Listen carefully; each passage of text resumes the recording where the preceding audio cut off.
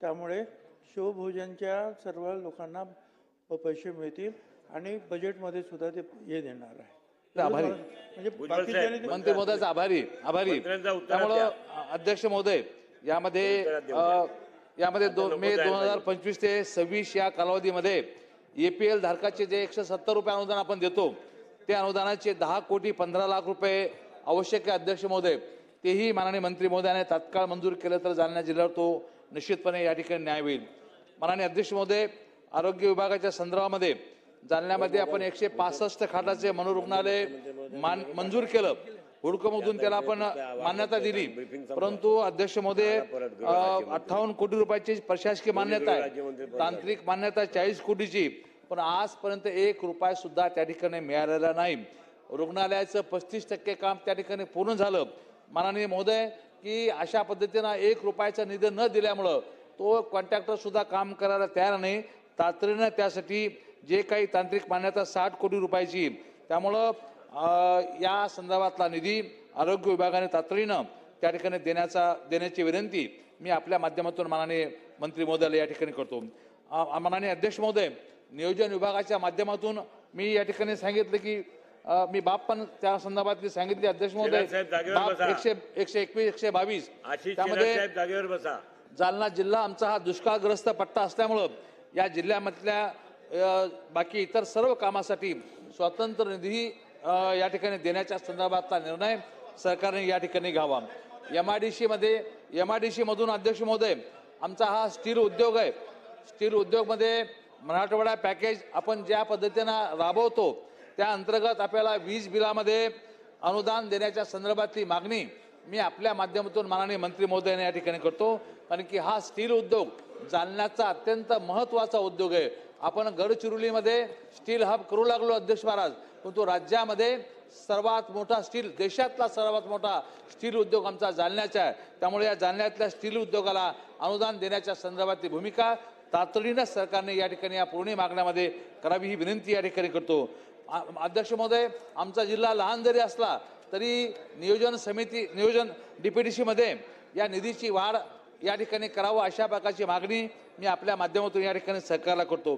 पाणी पुरवठा आणि सिंचन विभागामध्ये अपूर्ण सिंचन प्रकल्प आहे. या अपूर्ण सिंचन प्रकल्पाला मागास भागातल्या विभागाकडे अधिकचं लक्ष देणं गरजेचं आहे अध्यक्ष महोदय. आमच्याकडे हतवन तलावाची जो गेले अनेक वर्ष प्रतीक्षेमध्ये, निधीच्या प्रतीक्षेमध्ये खूप वर्षापासून हा तलाव मंजूर आहे. कधी होईल या लोकांची वाट बघतात. माझी विनंती आहे अध्यक्ष महोदय नियोजन विभागाला की या नियोजनामध्ये आपण हतवन तलावासाठी भरीव असा निधी, शेतकऱ्यांच्या जमिनी आणि तलावांच्या कामासाठी हा निधी या ठिकाणी दिला पाहिजे. अध्यक्ष महोदय, आपली सर्वात अत्यंत महत्त्वाची जलयुक्त शिवार योजना, ही जलयुक्त शिवार योजना ही पुनर्जीवित करणं अत्यंत गरजेचं आहे आणि ती निधी अभावी अत्यंत रखडलेली. त्यामुळे मला आपल्या माध्यमातून विनंती करायची की जलयुक्त शिवार योजनेसाठी सुद्धा अधिकचा निधी या शासनाने या विभागाला ठेवला पाहिजे. अध्यक्ष महोदय, मध्यम प्रकल्पामधला आपण जो गाळ काढतो, मधल्या कालखंडामध्ये आपण त्या गाळ काढण्यासाठी निधी द्यायचो, पण तो अलीकडच्या कालखंडामध्ये तो बंद झाला. माझे आपल्या माध्यमातून नियोजन विभागाला विनंती की राज्यातले मोठे प्रकल्प जे मध्यम प्रकल्प आहेत, या मध्यम प्रकल्पामधला गाळ काढण्याच्या संदर्भातली भूमिका सरकारने अत्यंत महत्त्वाकांक्षी भूमिका या ठिकाणी निभावी आणि त्या माध्यमातून एक तर दुहेरी फायदा होतो, एक तर पाण्याचा साठा वाढतो आणि शेतकऱ्याला गाळ मोफत या ठिकाणी मिळतो. त्यामुळे या गाळ काढण्याच्या संदर्भामध्ये सरकारने या संदर्भात सुद्धा फार मोठ्या प्रमाणामध्ये निधी दिला पाहिजे असं आमचं मत आहे. औद्योगिक विकास करण्यासंदर्भामध्ये स्टील उद्योग, बियाणे उद्योगासाठी पायाभूत सुविधा ज्या भागामध्ये जे उद्योग आहेत, मी ज्या भागातून येतो त्या भागात स्टीलचा उद्योग आहे, बियाण्याचा उद्योग आहे. आमच्या जालना शहराला बियाणे नगरी म्हणतात, स्टील नगरी म्हणतात, परंतु यांच्या ज्या पायाभूत सुविधा अध्यक्ष महोदय, या पायाभूत सुविधा या देण्याच्या संदर्भामध्ये निश्चितपणे पुरवणी मागण्यामध्ये कुठेही या ठिकाणी उल्लेख दिसत नाही. तो निश्चितपणे या ठिकाणी करावा ही मागणी मी या ठिकाणी आपल्याकडे करतो.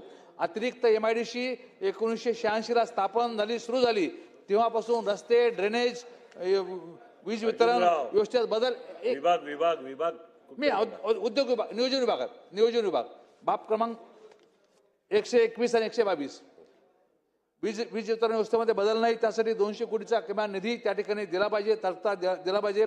सीड हब असल्यामुळे सीड टेस्टिंग लॅब ही गेली अनेक वर्षाची आमची मागणी आहे. स्टील टेस्टिंग लॅब संदर्भामध्ये ही सुद्धा मागणी आमची तातडीने याप्रमाणे मागण्यामध्ये मान्य करावी ही विनंती आपल्या माध्यमातून करतो. MIDCचा विस्तार आवश्यक, स्टार्टअपसाठी विशेष सुविधा सवलत आणि त्या कर्जात सवलत या ठिकाणी देण्याची मागणी मी आपल्या ठिकाणी करतो. माननीय नियोजन विभागाच्या माध्यमातून ग्रामीण रस्त्याची अवस्था प्रचंड खराब झालेली, नियोजन विभागाने यामध्ये निश्चितपणे फार तातडीनं पावलं उचलणं गरजेचं आहे. त्यामुळे ग्रामीण रस्त्यासाठी CMJYC मध्ये 500 कोटी कमीत कमी त्या ठिकाणी दिले पाहिजे ही मागणी मी आपल्या माध्यमातून निश्चितपणे मंत्री महोदयाला करतो. आपण संधी दिली अध्यक्ष महोदय, त्याबद्दल आपला मनापासून आभारी. धन्यवाद. सन्माननीय